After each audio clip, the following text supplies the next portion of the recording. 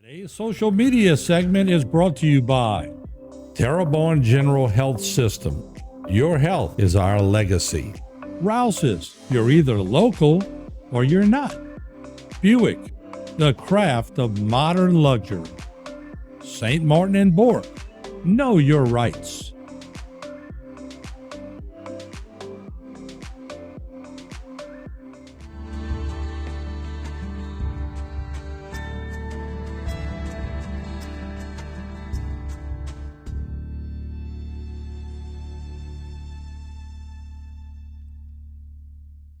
All right, we are back. It's time for Good Vibes. I'm Martin Falls, joined by the lovely Debbie Cox DeNova. How are you today? I'm doing well. How are you? I'm doing good. I love this topic. Yeah. Spotting fake friends. That has been the topic of lifetimes of people. Yeah, it's so important. Yeah. It's important for a lot of reasons. We know that having good friendships and good connected relationships is huge for your health. I mean, it really is one of the top things. We've talked about the epidemic of loneliness.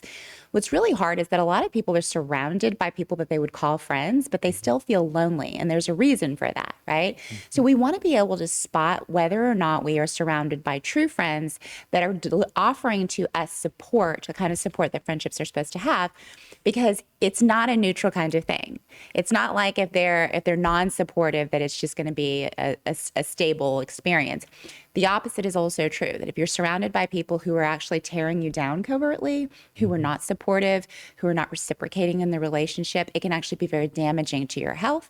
And it's important to remember that the old adage of, you are the average of the top 5 people that you hang around with is also very true, right?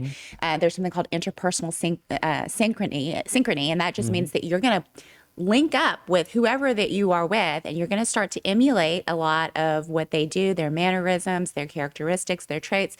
And even if you are able to protect yourself and your character from people who are not good for you, it can have an impression from the outside that you are, birds of a feather flock together. Opportunities can pass you by. And people who would actually be really good friends with you may not want to sit at a table when you're surrounded by those types of people. That's why it's so important. I was telling my nephew one day, pick your base friends in high school that you're going to want to emulate about 15 years from now. Yes. Because you will learn what they're all about. So if you find they're kind and they're giving, compassionate, that's who you're going to become. It's so true. And it's such an important thing that you said about that time, that period of time, because when we're teenagers, there's actual more activity in a collection of areas of the brain called the social brain. And so what that means is that the reward center of our brain becomes more activated when it comes to friendships and creating interpersonal connections. And then there's something called theory of mind, which is the ability to be able to understand that other people have perspectives and thoughts and ideas that are different from your own, right? Up until maybe age 5, we kind of think everybody kind of feels the same way, thinks the same way, right? And so during that period of time, theory of mind really comes online, and it becomes important. This is a period of time, as we know, where teenagers start to spend more time, equal or more time than they do with their parents, and they start to have those intimate connections. These are connections that can last a lifetime. But it's important to note that if you're somebody who's up for growth in life, that first of all, growth is important, and it really is. Future you is coming, right? And one way or the other, it's going to be better or worse. And so a lot of the friendships that you made when you were a teenager, depending on their choices in life, they may change roles. And it's important to be a yes for this, because it is not to sacrifice your truest expression, your authentic growth for the people around you is not a benefit to you or to them, right? We're all here for a specific reason. And there are so many people who are surrounded by friends who don't have space for their growth, don't have space for them to even win, to talk about their wins. And so you're sitting at a table where you're essentially just like holding yourself back so that they don't feel left behind. And in the end, nobody wins. So we're going to go over some signs that someone is a fake friend. We joke in our group sometimes if somebody makes a comment that's self-serving, we all start singing a little song we made up. It's all about me.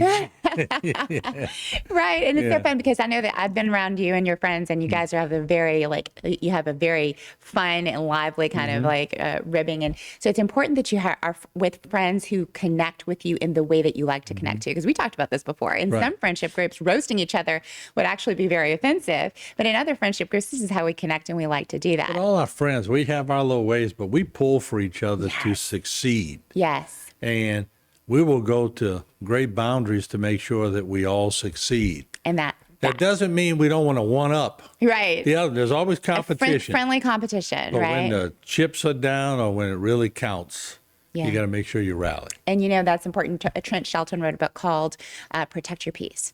And he talked about how, the truth doesn't usually generate sort of examination, like questions, right? So if something's true, you don't question it typically, right? So, and that, at the end of the day, we can go through a whole list of what constitutes a fake friend, and we will, right? But at the end of the day, if it doesn't feel good to you, you can trust the energy between you and the people that you're surrounded by.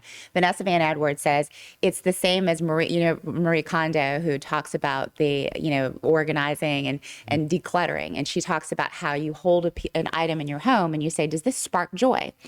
And if the answer is, I'm not sure, or no, then it's time to either donate it or move it out of your home. You want to only be surrounded by what sparks joy. So Vanessa Van Edwards says that you can do the same thing with friends.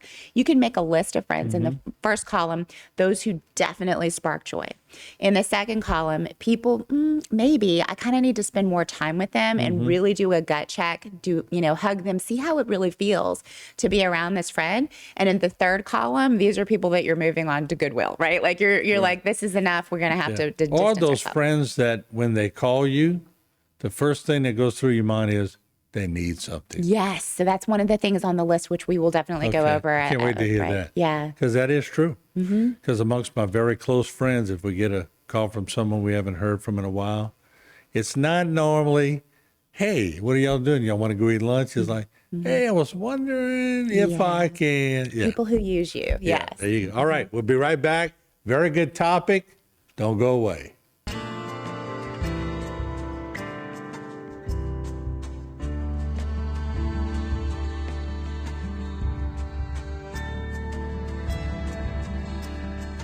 Today's social media segment is brought to you by South Louisiana Bank. It's better when we bank together. Waits and Downer, attorneys at law. Terrebonne Ford, built Ford tough.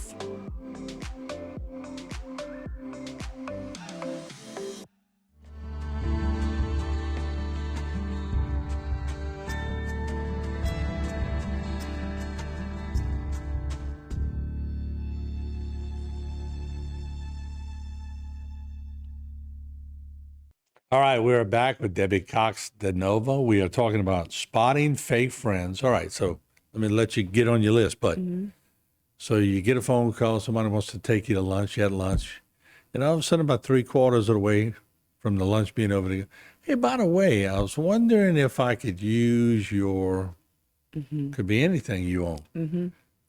Therein is the reason why they want to take you to lunch. Yes. Yes. And so it's important to recognize context here. If you have a friend who is, it's a reciprocal relationship, and reciprocal doesn't mean that each one of you gives the exact thing, right? One of you may deliver on one thing, the other delivers on another, but it feels like a two-way street, right? But if you have a friend who doesn't ever come around unless they need something from you, and then every other time they're not around, then you're going to look at the context and go, this is actually not a real friendship. This is especially true if you've been through seasons of wins when you're up and then you're down. Notice who sort of backs away when you're down, right? And then notice who is actually there for you through the good times and the bad. It's important that we have friends who lean in for the bad times. They also lean in for the good times. And that's really important too, being able to celebrate your wins around your friends and have them actually celebrate with you. So the number one thing is, do they exclude you from things where even when it's mutual friends, they're going, do you feel excluded a lot of the times with this specific friend. If so, it may be that they actually don't want to hang out with you, right? So it's, again, context. It's not as though you have to be invited to everything, but if you feel like you're consistently being excluded from invites.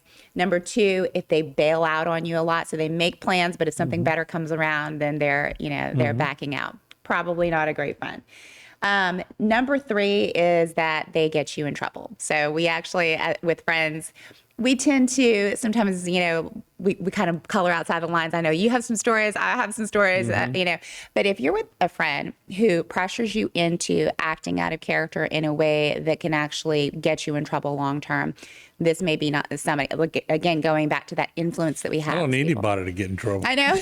I can do that right on my own. So people who downplay, number four, downplay your success. Okay. So they either try, when you tell them something, they either dismiss it, they try to upstage you, they bring it back to one up you. They get real quiet, right?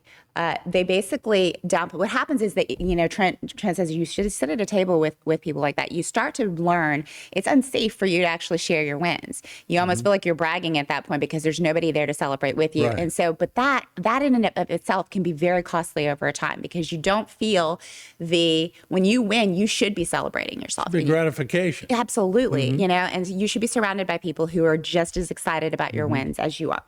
Number five, they want you to act a certain way outside of your character in order to be accepted. Okay. So this is, you have to behave a certain way. You have to dress a certain way that feels outside of the way that this is what we talked about before with belonging versus, being included, right? Like actually belonging to yourself.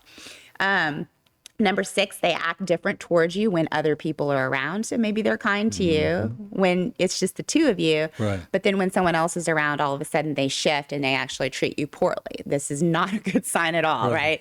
Especially because this probably signals to a certain impression that the other people might have of you and that they're fanning the flames up. Number seven, they badmouth their friends. Okay. So this is a really important thing because it can feel like we make bids for connection with other people sometimes through gossip, right? Let's talk about this other person. And so it can actually feel like, oh, they're confiding in me.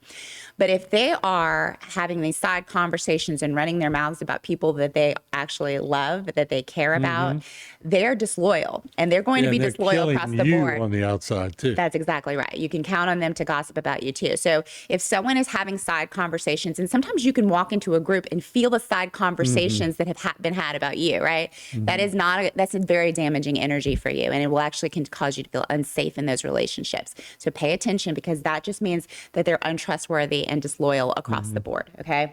Number eight, they only reach out when they want something from you. They're using you, okay? Again, it's fine for us to, as people, we are meant to be used, right? But not misused. And so if someone's only showing up when they need something, then it's important to make note of that. They only talk about themselves, okay? So they act indifferent or bored when you start to share about your own life. They take it back to themselves. They ramble on and on and on and on about their own lives. There's never any time for what's happening in your world. It's like they don't care. Right. Not a great friend. Or if they ask you a question and you're trying to answer it, but then they answer it to go back to them. Absolutely. Yeah. Pay attention to those patterns, right? And it won't feel good. That's the bottom line is it will just be a disturbance in your peace. They break promises to you. So they make promises because they want to, for whatever reason, confluence in the moment. But then they make excuses and lies on the back end because they never keep the promises that they are up to. In the end, Vanessa Van Edwards says, if you have a question in your mind about whether or not someone in your life would be happy for you when you win, that in and of itself is a bad thing because your friends want the best for you. They care about you. There's that synchrony that comes into human play. If someone is side-eyeing you, if they are jealous of your life, then they are in all likelihood a fake friend. So read number one again. Number one is they exclude you from things, even when mutual friends are involved. You know how I beat that? I exclude myself if I don't want to be with them. That's exactly what you do. Back away from that and preserve yourself because, again, you're becoming somebody different. Everybody is as we move forward. And the influence that you have right now in your life is going to determine who you become. So protect that. Be bold. You only need yourself, surround yourself with good people. Yes, principles over people. Yeah. Be loyal to your principles. And then Great show. I love it. Thank you. All right. Weed out your friends if they're not good to you. All right. We'll see you again next week. See you around the corner.